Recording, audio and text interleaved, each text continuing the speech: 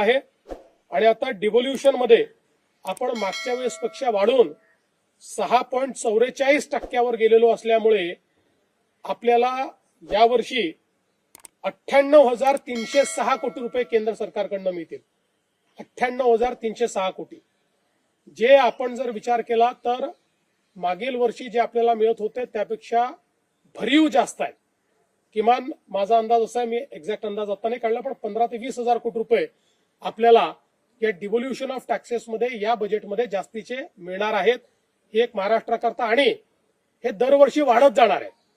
कारण आपलं पर्सेंटेज वाढल्यामुळे डिव्होल्युशनचा जो पूल आहे त्या पूलमध्ये दरवर्षी जी काही राईज होते ती राईज पर्सेंटेजनी आपल्याशी शेअर होणार असल्यामुळे आपला मूळ पर्सेंटेज वाढल्यामुळे दरवर्षी वाढीव पद्धतीनं आपल्याला हा निधी मिळणार आहे. यावर्षी 98,000 कोटी, 98,306 म्हणजे जवळपास 1,00,000 कोटी रुपये हे केंद्र सरकारकडनं मिळणार आहे.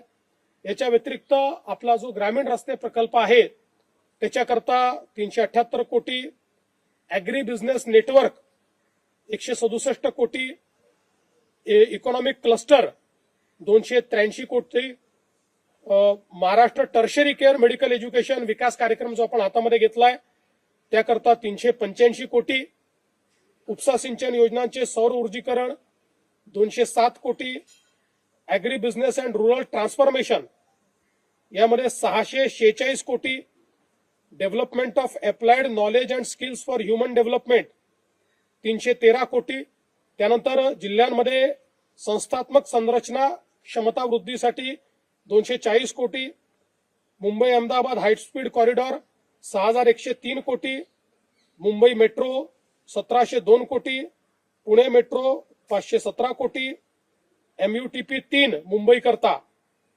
462 कोटी, MMR रिजन मध्ये ग्रीन मोबिलिटी 155 कोटी, महामार्गावर ITS 680 कोटी, असे वेगवेगळे हे प्रकल्प आहेत.